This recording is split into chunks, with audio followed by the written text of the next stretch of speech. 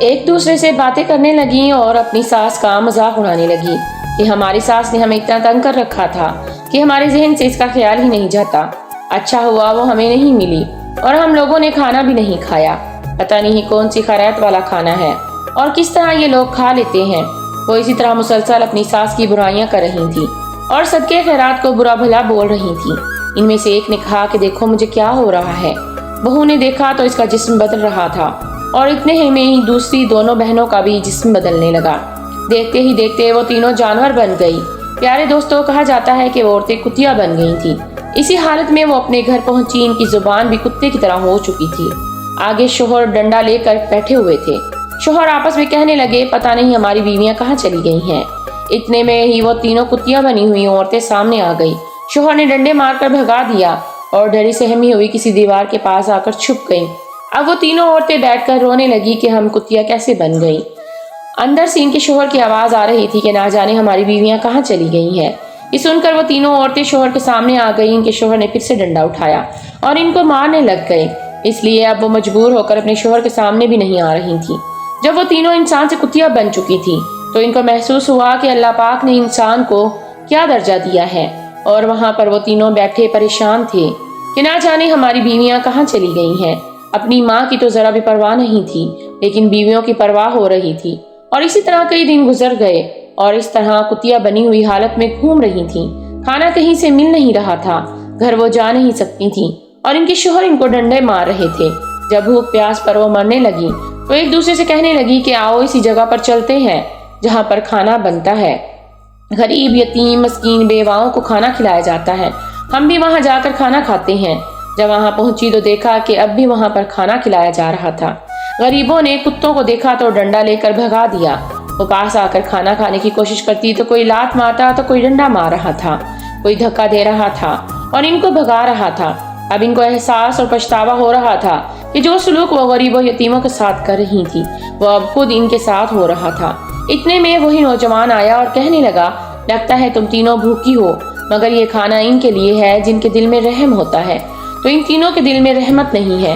نوجوان بولا کہ میں جانتا ہوں تم تینوں کبھی انسان ہوا کرتی تھی، تم لوگوں نے ہر شخص کے ساتھ برا رویہ رکھا جو ایک بوڑھی عورت کا بھی دل دکھا چکی ہے، اور یہ تمہاری شکل ایسے اعمال کی وجہ سے ہی بدلی ہے۔ وہ لڑکا ان تینوں کو کہنے لگا کہ چلو میرے ساتھ۔ وہ ان کو اس کمرے میں لے آیا جہاں پر بزرگ عبادت کر رہے تھے۔ بزرگ نے مسکرا کر ان تینوں کی طرف دیکھا اور کہا کہ تم تینوں نے اس دن کھانا کھایا ہوتا، اللہ کے نام پر کھانا کھلایا جا رہا تھا، تم تینوں نے آ کر آکڑ بازی میں نہ کی ہوتی تو آج تم لوگوں کا یہ حال نہ ہوا ہوتا۔ خدا کی راہ میں کھانا کھلایا جا رہا تھا، تم تینوں نے کیوں نفرت کی؟ تم تینوں کو اللہ تعالیٰ کی راہ میں دیا ہوا کھانا پسند نہیں آیا، اللہ کی راہ میں دی ہوئی خیرات پسند نہیں آئی، صدقہ پسند نہیں، اور وہ جو غریبوں مسکینوں یتیموں بیواؤں کو کھانا کھلاتی تھی تم تینوں نے اس کو گھر سے بھی نکال دیا تھا۔ وہ تینوں یہ ساری باتیں سن کر بس آنسو ہی بہائے جا رہی تھی، اور وہ کر بھی کیا سکتی تھی، بول بھی نہیں سکتی تھی۔ اللہ والے نے کہا کہ اللہ کے حکم سے تم تینوں انسان کی طرح بولنے لگ جاؤ، تو وہ تینوں عورتیں انسان کی طرح بولنے لگی۔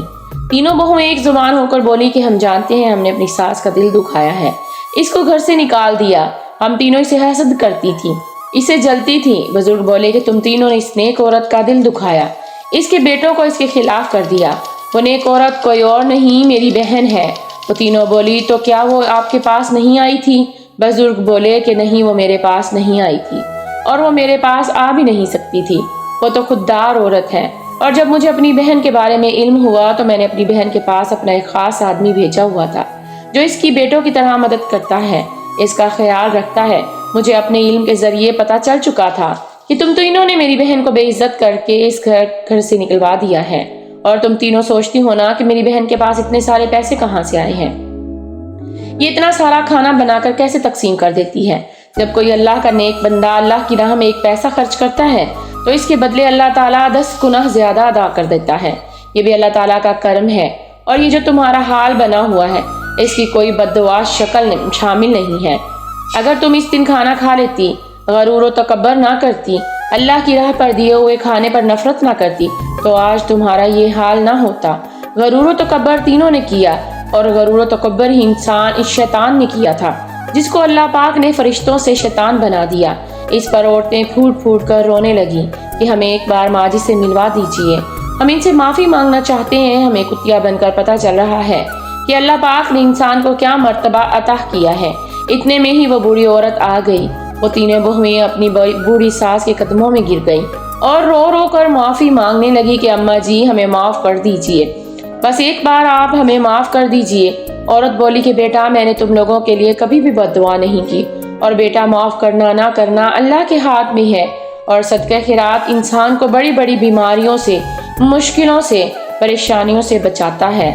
بیٹا میں تو تم لوگوں کے لیے ہی ایسا کرتی تھی کہ میرے بچے، میری بہویں ان بیماریوں سے، ان مشکلوں سے اور پریشانیوں سے ہمیشہ بچے رہیں۔ وہ تینوں عورتیں کہنے لگی ماں جی آپ ہمیں معاف کر دیں، ہمیں اس بات کی خوشی ہوگی کہ آپ نے ہمیں معاف کر دیا ہے، ہم بھلے ہی اس شکل میں ہی رہیں، بس آپ ہمیں معاف کر دیں۔ بوڑھی عورت نے کہا کہ بیٹا میں نے تمہیں معاف کر دیا ہے۔ معافی مانگ کے وہ تینوں عورتیں وہاں سے جانے لگی تو بوڑھی عورت نے کہا کہ بیٹا رکو، میں تم لوگوں کو ایسی حالت میں نہیں دیکھ سکتی۔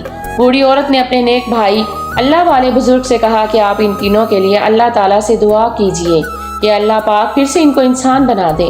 اللہ والے بولے کہ نہیں، پہلے تم تینوں جاؤ اور اپنے شوہر کو یہاں پر بلا کر لاؤ۔ وہ تینوں اپنے شوہر کے پاس چلی جاتی ہیں۔ پہلے تو شوہر ڈنڈا لے کر مارنے لگے، لیکن جب وہ بول اٹھی تو ان کو پتہ چل گیا کہ یہ ہماری ہی بیویاں ہیں۔ ان تینوں عورتوں نے اپنی شوہر کو بتا دیا اور اپنے شوہر کو لے کر وہاں پر آ گئیں۔ بیٹے اپنی ماں کو دیکھ کر کافی شرمندہ ہوئے۔ ان اللہ والے بزرگ نے کہا کہ تم تینوں نے اپنی ماں کے ساتھ کیا کیا ہے؟ بیٹے تو ماں کا خیال رکھتے ہیں، اور برا تو تم تینوں کے ساتھ بھی ہو سکتا تھا، لیکن تمہاری ماں کے صدقے خیرات نے تمہیں بچا لیا۔ وہ تینوں بیٹے اپنی ماں کے سامنے رو کر معافی مانگنے لگے۔ نیک عورت بولی کہ بیٹا میں نے تو تم لوگوں کو بہت پہلے ہی معاف کر دیا تھا۔ اس نیک عورت نے اپنے بچوں اور بہوؤں کو معاف کر دیا، اور پھر اپنے بھائی کو بولا کہ آپ بھی ان کو معاف کر دیجئے اور ان کے حق میں اللہ تعالیٰ سے دعا کریں۔ بزرگ نے ان کے حق میں اللہ تعالیٰ سے دعا کی کہ یا اللہ یہ تینوں عورتیں اپنے گناہوں کی وجہ سے اس حال میں ہیں، مگر یا اللہ تو رحمان اور رحیم ہے، تو کرم کرنے والا ہے۔ بزرگ کافی دیر دعا کرتے رہے، بزرگوں کی دعا قبول ہو گئی۔ اللہ تعالیٰ نے ان کو کتوں سے انسان بنا دیا۔ تینوں بہوؤں نے اپنی ساس کا ہاتھ پکڑا اور کہا کہ چلیے ماں جی اپنے گھر چلیے، وہ آپ ہی کا گھر ہے، ہم سے پہلے اس پر آپ کا ہی حق ہے، آپ نے ہی اس کو بسایا ہے اور آپ ہی ہمیں اس گھر میں بیاہ کر لائی تھی، اور اب ہم سب لوگ مل کر پورے گاؤں کو کھانا کھلائیں گے اور اللہ کی راہ میں صدقہ خیرات کریں گے۔ تو پیارے دوستو، یہاں سے ہمیں سبق حاصل ہوتا ہے کہ اللہ تعالیٰ کی راہ میں خرچ کرنے سے، صدقہ خیرات کرنے سے آپ پر جو مصیبتیں اور بلائیں آتی ہیں اس سے انسان محفوظ رہتا ہے۔ اس لیے زیادہ سے زیادہ صدقہ خیرات کیا کریں، چاہے آپ کے پاس جتنے بھی پیسے ہیں، کوئی بھی چیز ہے، جتنی بھی آپ کی حیثیت ہے، اس کے مطابق صدقہ خیرات دیا کریں۔ صدقہ جیسا بھی ہو، جتنا بھی ہو، اللہ تعالیٰ ضرور قبول فرماتا ہے، اور صدقہ ہمیں بلاؤں سے محفوظ رکھتا ہے۔ آخر میں اللہ رب العزت سے دعا ہے کہ اللہ تعالیٰ ہمیں نیک اعمال کرنے اور برائی سے بچنے کی توفیق عطا فرمائے، اور ہمیں صدقہ و خیرات کرنے کی بھی توفیق عطا فرمائے۔ آمین یا رب العالمین۔ تو جی پیارے ناظرین، آج کی ہماری ویڈیو آپ کو کیسی لگی نیچے کمنٹ باکس میں ضرور بتائیے گا۔ ویڈیو کو لائک کر کے دوستوں کے ساتھ ضرور شیئر کیجیے گا، اور کمنٹ میں استغفار لکھنا ہرگز نہ بھولیے گا۔ ویڈیو اگر پسند آئے تو اسے لائک کر کے دوستوں کے ساتھ ضرور شیئر کیجیے گا۔